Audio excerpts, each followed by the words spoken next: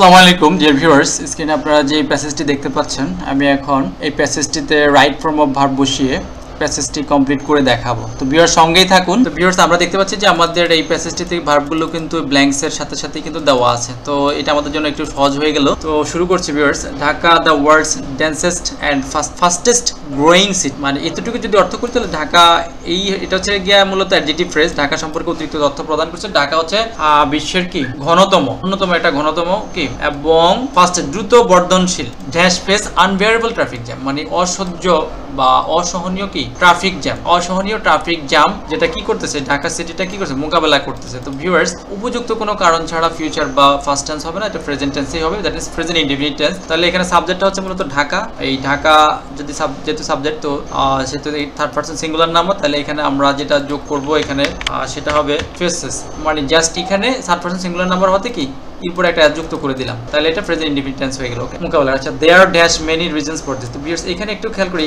এখানে দেয়ার মূলত সাবজেক্ট না, এটাকে ইনডিরেক্টলি দেয়ার বলে, এটা সূচনা করছে, বাট এখানে সাবজেক্টটা হচ্ছে মেনি রিজনস। তো এটা কিন্তু প্লুরাল, যার ফলে এই বি ভার্বের জায়গায় এখানে আমাদের কি বসবে আর বসবে।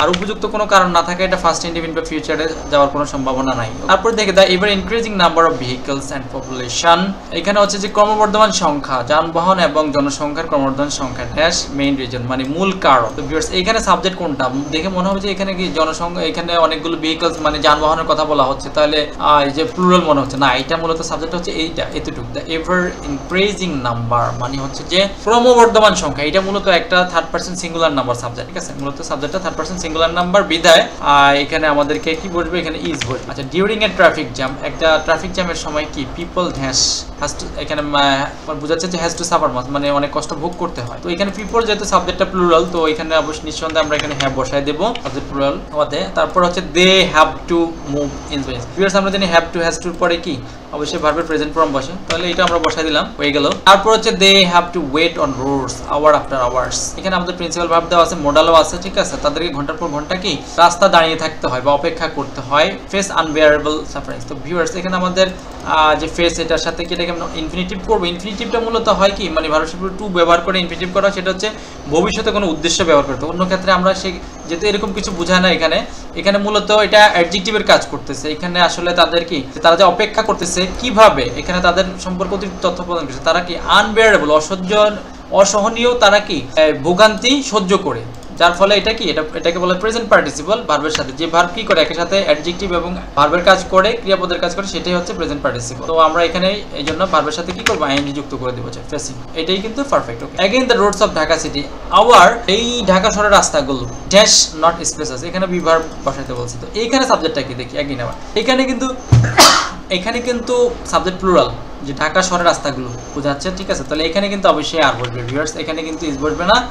আচ্ছা, তারপরে আমরা দেখি যে অনলি 7%, মাত্র 7% অফ ঢাকা সিটি 7% কি is dash by roads compared with around 25% of Paris and Vienna. আচ্ছা, কম্পেয়ার্ড উইথ, আচ্ছা এখানে আমরা যেটা বুঝতেছি যে 7% অফ ঢাকা সিটির ইজ ড্যাশ বাই রোডস, মানে রাস্তায় ঘেরা, এটা বুঝে কাভার্ড বাই, ঠিক আছে, এটা কিন্তু প্যাসিভ ভয়েস আছে, বোঝা যায় অনলি 7% কি ঢাকা বা রাস্তার মধ্যে এটা চলে গেছে। তাহলে এটা কি এখানে ইজ দেওয়া আছে, তার মানে বি ভার্ব দেওয়া আছে, প্রেজেন্ট ইনডিফিনিট টেন্সকে প্যাসিভ করলে কি হয়, বি ভার্ব প্লাস মূল ভার্ব ফার্স্ট পার্টিসিপল, তাহলে এখানে কি হবে কাভার্ড, তাহলে হয়ে গেল।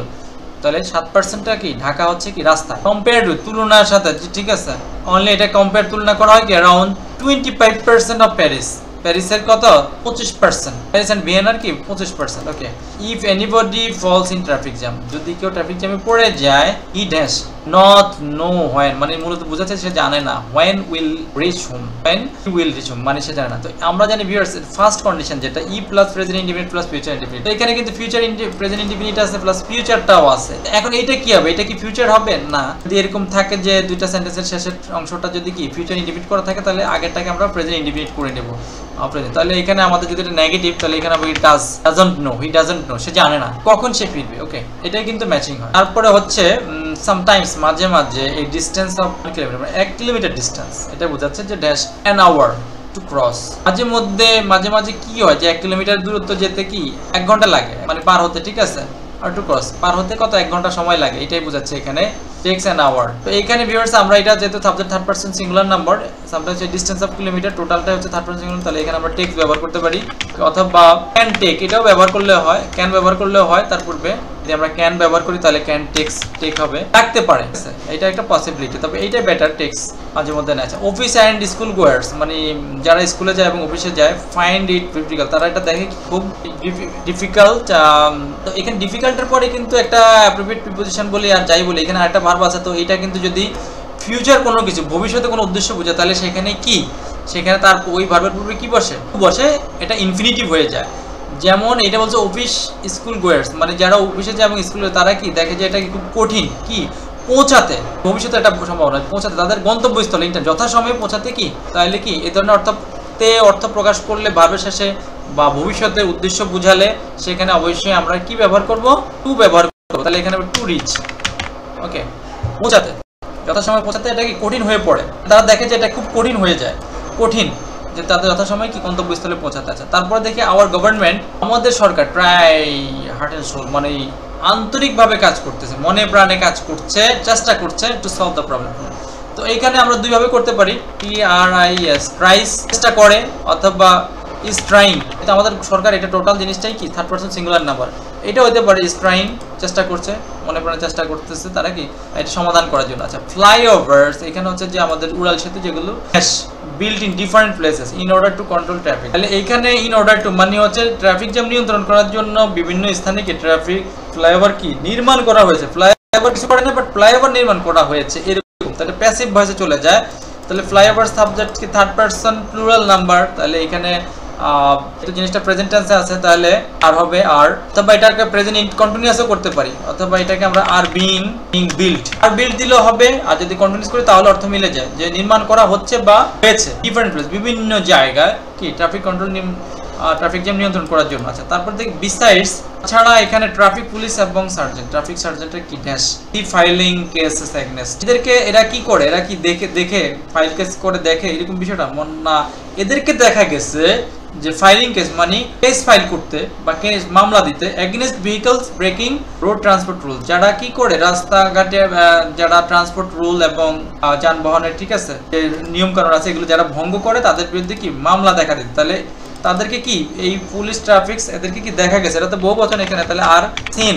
এবং আমরা জানি যে সি ভার্বের পরে যে ভার্ব আসে, যদি ভার্ব চলে আসে তাহলে তারপরে কি ওই ভার্বের সাথে আইএনজি যুক্ত হয়, তাহলে এটাও মিলে গেল। আর নরমালি যদি আমরা এমনিতে দেখি সি ভার্বের পরে কোনো ভার্ব আসে অ্যাক্টিভ ভয়েসের ক্ষেত্রে, সেটা দেখে যে তার ভার্বের প্রেজেন্ট ফর্ম বসে, ইনফিনিটিভ টু গ্রহণ করে না, বেয়ার ইনফিনিটিভ বলা হয়। নরমালি এটা যদি এটা প্যাসিভ ভয়েসে করা হয় তাহলে অবশ্যই আমরা দেখেছি কি অ্যাক্টিভ ভয়েসের ক্ষেত্রেও আমরা সি ভার্বের পরে অনেক ক্ষেত্রে আমরা কি ভার্বের সাথে আইএনজি যুক্ত করা যায়, অর্থের সাথে ম্যাচিং করতে হবে। তারপরে আমরা দেখি যে বাট স্টিল, তো এখনো ইট ইজ বিকামিং ইম্পসিবল, মানে এখন এটা অসম্ভব হয়ে পড়েছে, এখন এটা অসম্ভব হয়ে পড়েছে টু কন্ট্রোল, মানে এখনো ট্রাফিক জ্যাম কন্ট্রোল করাটা কি অসম্ভব হয়ে যাচ্ছে, অসম্ভব হয়ে পড়েছে। ভিউয়ার্স, আশা করি আপনারা বুঝতে পেরেছেন। তো এই সকল ক্ষেত্রে আমরা দেখতে পাচ্ছি যে এখানে মোডালের ব্যবহার বা প্যাসিভ ভয়েসের একটা প্রভাব কিন্তু আমরা এই প্যাসেজগুলোতে দেখতে পাচ্ছি। এটা আমি আগেও প্রত্যেকটা বলি যে প্যাসিভ ভয়েসের একটা প্রভাব কিন্তু থাকে রাইট ফ্রম ভার্বসের, এটা কিন্তু অর্থ না বোঝার চেষ্টা করলে এটা কিন্তু বোঝা যাবে না।